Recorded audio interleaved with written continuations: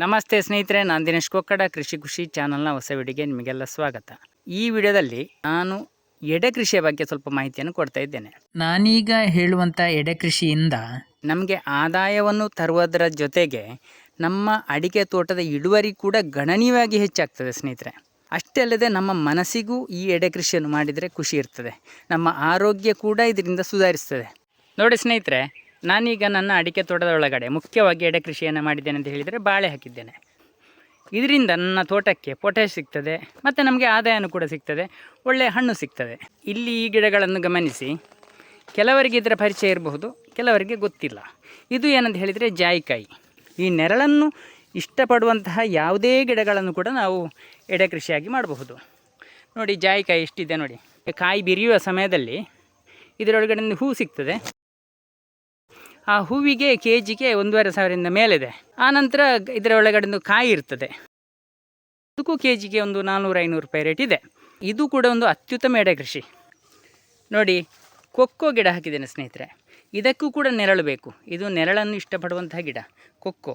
ಇದರಿಂದ ಕೂಡ ನಮ್ಮ ಆದಾಯವನ್ನು ಹೆಚ್ಚಿಸ್ತದೆ. ಈ ಆದಾಯವನ್ನು ಹೆಚ್ಚಿಸುವುದರ ಜೊತೆಗೆ ಈ ಎಡೆ ಕೃಷಿಯಿಂದ ಇನ್ನೊಂದು ಲಾಭ ಏನಂತ ಹೇಳಿದರೆ, ನಮಗೆ ಇದರ ಎಲೆಗಳು, ಸತ್ತ ಎಲೆಗಳು ನೋಡಿ ಬಿದ್ದಿದೆ ನೋಡಿ, ಈ ಎಲೆಗಳು ನಮ್ಮ ಭೂಮಿಯಲ್ಲಿರುವ ಎರೆಹುಳಗಳಿಗೆ ಒಂದು ಉತ್ತಮ ಆಹಾರ ಸ್ನೇಹಿತರೆ. ಹಾಗಾಗಿ ನಮಗೆ ಎಡೆ ಕೃಷಿಯಿಂದ 2-3 ಲಾಭ, ದೊಡ್ಡ ದೊಡ್ಡ ಲಾಭ ಏನಂತ ಹೇಳಿದರೆ, ಒಂದನೇದಾಗಿ ನಮ್ಮ ಆದಾಯ ಹೆಚ್ಚುತ್ತದೆ, ಇನ್ನೊಂದು ಭೂಮಿಗೆ ಗೊಬ್ಬರ ಕೂಡ ಹೆಚ್ಚಾಗ್ತದೆ, ನಮಗೆ ಮನಸ್ಸಿಗೊಂದು ಎಡೆ ಕೃಷಿ ಇರುವಾಗ ಖುಷಿ ಇರ್ತದೆ.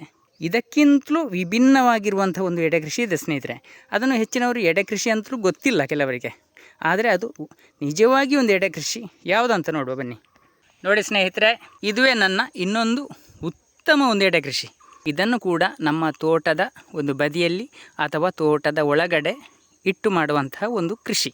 ಇದರಿಂದ ನಮಗೆ ಏನೆಲ್ಲ ಲಾಭ ಇದೆ ಅಂತ ಹೇಳಿದರೆ, ಒಂದನೇದಾಗಿ ಮನಸ್ಸಿಗೆ ಖುಷಿ ಇರ್ತದೆ ಸ್ನೇಹಿತರೆ. ಇನ್ನೊಂದು ದೊಡ್ಡ ಲಾಭ ಏನಂತ ಹೇಳಿದರೆ, ಪರಾಗಸ್ಪರ್ಶವನ್ನು ಇದು ಮಾಡ್ತದೆ ಸ್ನೇಹಿತರೆ. ಅಷ್ಟೇ ಅಲ್ಲದೆ ಇನ್ನೂ ಒಂದು ಲಾಭ ಇದೆ, ನಮ್ಮ ಆದಾಯವನ್ನು ಹೆಚ್ಚು ಮಾಡಲಿಕ್ಕೆ ಆಗ್ತದೆ. ಯಾಕಂತ ಹೇಳಿದರೆ, ಈ ರೀತಿಯಾಗಿ ನಾವು ಸಹಜವಾಗಿ ನೈಸರ್ಗಿಕವಾಗಿ ಮಾಡಿರುವಂಥ ತುಪ್ಪಕ್ಕೆ ಅತೀ ಹೆಚ್ಚು ಬೇಡಿಕೆ ಇದೆ. ಈಗ ಮಾರುಕಟ್ಟೆಯಲ್ಲಿ ನಿಮಗೆಲ್ಲ ಗೊತ್ತಿರುವ ಹಾಗೆ ನಕಲಿ ಜೇನುತುಪ್ಪಗಳ ಹಾವಳಿ ವಿಪರೀತ ಇದೆ. ಆದರೆ ನಾವು ಹೀಗೆ ಶುದ್ಧವಾಗಿ ಪರಿಶುದ್ಧವಾಗಿ ತಯಾರಿಸಿದ ಜೇನುತುಪ್ಪಕ್ಕೆ ಎಲ್ಲಿಲ್ಲದ ಬೇಡಿಕೆ ಇದೆ. ಯಾವುದೇ ಕೃಷಿ ಮಾಡುವುದಾದರೂ, ಅದು ಅಡಿಕೆ ಇರಲಿ, ತೆಂಗಿರಲಿ, ರಬ್ಬರ್ ಇರಲಿ, ಏನೇ ಕೃಷಿ ಇರಲಿ, ನಾವು ಅದನ್ನು ಕಲಿತೇ ಮಾಡಬೇಕು. ಹಾಗೆಯೇ ಜೇನು ಕೃಷಿ ಮಾಡುವವರು ಕಲಿಬೇಕು. ಮೊದಲು ಕಲಿಯುವುದೆಲ್ಲಿ? ಎಲ್ಲ ಕಡೆ ಇದರ ತರಬೇತಿಯನ್ನು ಕೊಡುವವರು ಇರ್ತಾರೆ. ನಾವು ಜಾಸ್ತಿ ಕಲಿಬೇಕಂತ ಏನಿಲ್ಲ, ಅದರ ಒಂದು ಮಿನಿಮಮ್ ಇದೆ, ಬೇಸಿಕ್ ಜ್ಞಾನ, ಮೂಲ ಜ್ಞಾನ ಅಂತ ಇದೆ, ಅಷ್ಟು ನಮಗೆ ಕಲಿತರೆ ಸಾಕಾಗ್ತದೆ. ಆ ಜೇನಿನಲ್ಲಿ ನಮಗೆ ಮಳೆಗಾಲ, ಬೇಸಿಗೆಗಾಲ, ಚಳಿಗಾಲ ಇರುವಾಗೇ ಇದಕ್ಕೂ ಕೂಡ 3 ಕಾಲ ಇದೆ. ಜನವರಿ, ಫೆಬ್ರವರಿ, ಮಾರ್ಚ್, ಏಪ್ರಿಲ್ ಈ 4 ತಿಂಗಳುಗಳು ನಮಗೆ ಜೇನು ಕಾಲ ಅಂತ ಹೇಳ್ತೇವೆ. ಮೇ, ಜೂನ್, ಜುಲೈ, ಆಗಸ್ಟ್ ಈ 4 ತಿಂಗಳು ಇದಕ್ಕೆ ಅಭಾವ ಕಾಲ ಅಂತ ಹೇಳ್ತೇವೆ. ಆ ಸಮಯದಲ್ಲಿ ನಾವು ನಮ್ಮ ಜೇನುಹುಳಗಳು ಉತ್ತಮವಾಗಿ ಬೆಳೆಯಬೇಕಾದರೆ ನಾವು ಅದಕ್ಕೆ ಹೊರಗಿನಿಂದ ಆಹಾರ ಕೊಡಬೇಕಾಗ್ತದೆ. ಸಕ್ಕರೆ ನೀರನ್ನು ಕೊಡೋದು ಈ 4 ತಿಂಗಳು.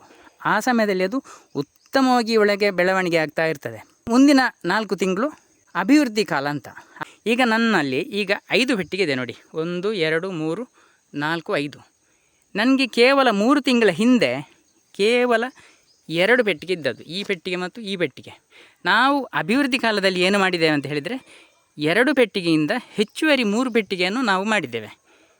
ಇದು ನಮಗೆ ಉಚಿತ, ನಮಗೆ ಬೇಕಾದ್ದು ಕೇವಲ ಈ ಪೆಟ್ಟಿಗೆ ಮಾತ್ರ. ಈ ಪೆಟ್ಟಿಗೆಯನ್ನು 2 ವಿಧ ಇದೆ, ಒಂದು ಕೇರಳ ಮಾದರಿ, ಮತ್ತೊಂದು ISI ಮಾದರಿ ಅಂತ. ಈ ಕೇರಳ ಮಾದರಿ ನನಗೆ ಅತಿ ಕಡಿಮೆಯಲ್ಲಿ ಆಗ್ತದೆ.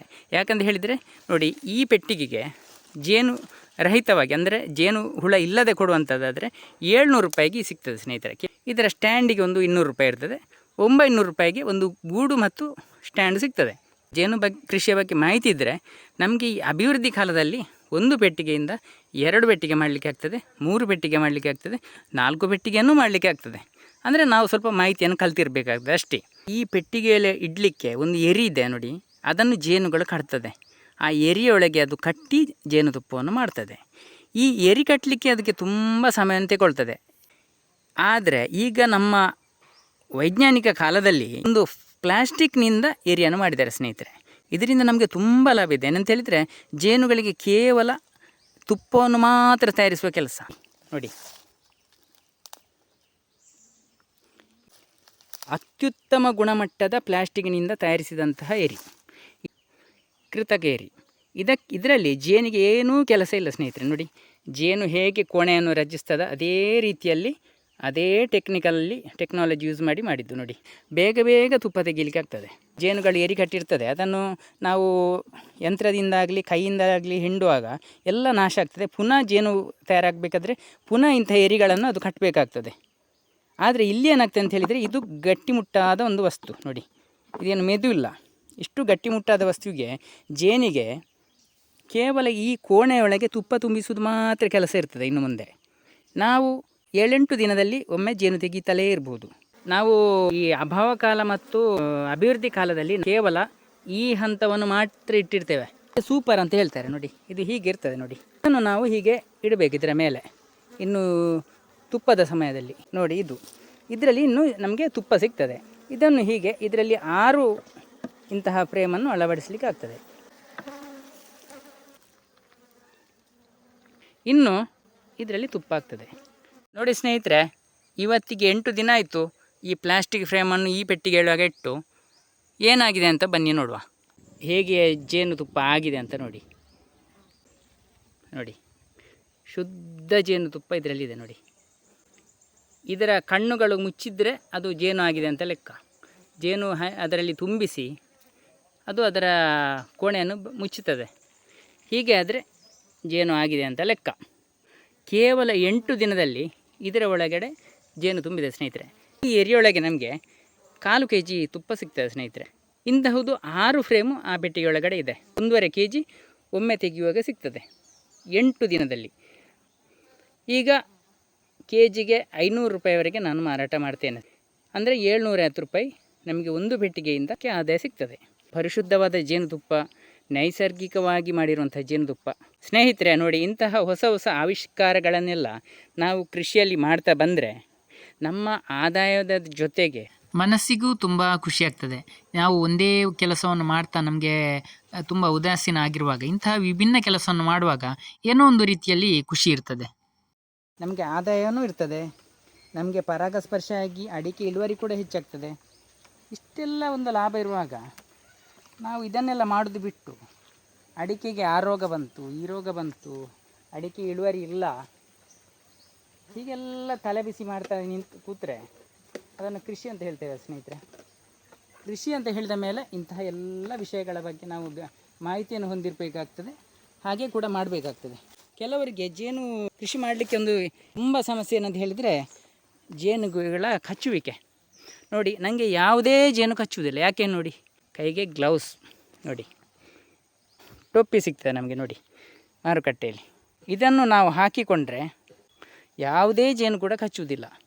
ಒಂದು ವೇಳೆ ಜೇನು ಕಚ್ಚಿತು ಅಂತ ಇಟ್ಟುಕೊಳ್ಳಿ, ನಮಗೆ ಅದರಿಂದ ಯಾವುದೇ ಹಾನಿ ಇಲ್ಲ. ಅದರ ವಿಷ ನಮ್ಮ ಶರೀರಕ್ಕೆ ಒಳ್ಳೆಯದು ಅಂತ ಹೇಳ್ತಾರೆ. ನೋಡಿದ್ರಲ್ಲ ಸ್ನೇಹಿತರೆ, ಈ ಜೇನು ಕೃಷಿಯಿಂದ ಎಷ್ಟೆಲ್ಲ ಲಾಭ ಇದೆ, ಏನು ಕತೆ ಅಂತ. ಕೆಲವರು ಅಂದ್ಕೊಳ್ಬೋದು ಇದನ್ನು ಅಡಿಕೆ ತೋಟದ ಒಳಗಡೆ ಇಡುವುದು ಹೇಗೆ ಅಂತ. ಆದಷ್ಟು ನಾವು ನೀರು ಬೀಳದ ಹಾಗೆ ಇರುವ ಜಾಗವನ್ನು ನೋಡಿ ಇಡಬಹುದು. ಇಲ್ಲದಿದ್ದರೆ ಏನಿಲ್ಲ ಸ್ನೇಹಿತರೆ, ಇಂತಹ ಒಂದು ಪ್ಲಾಸ್ಟಿಕ್ ಕವರನ್ನು ತೆಗೆದುಕೊಂಡು ನೋಡಿ ಈ ರೀತಿಯಲ್ಲಿ ಇಟ್ಟರೆ ಆಯಿತು. ಇದು ನಮ್ಮ ನೀರನ್ನು ಬೀಳದ ಹಾಗೆ ರಕ್ಷಣೆ ಮಾಡ್ತದೆ. ಸ್ನೇಹಿತರೆ, ಈ ಕೃಷಿ ಮಾಹಿತಿ ನಿಮಗೆಲ್ಲ ಇಷ್ಟವಾಗಿದ್ದರೆ ಬೇರೆಯವರಿಗೂ ಶೇರ್ ಮಾಡಿ, ಹಾಗೆ ಒಂದು ಲೈಕ್ ಕೊಡಿ. ಸಬ್ಸ್ಕ್ರೈಬ್ ಮಾಡದೆ ನೋಡ್ತಿದ್ದರೆ ದಯವಿಟ್ಟು ಸಬ್ಸ್ಕ್ರೈಬ್ ಮಾಡಿ. ಮುಂದಿನ ವಿಡಿಯೋದೊಂದಿಗೆ ಮತ್ತೆ ಬರ್ತೇನೆ. ಧನ್ಯವಾದಗಳು.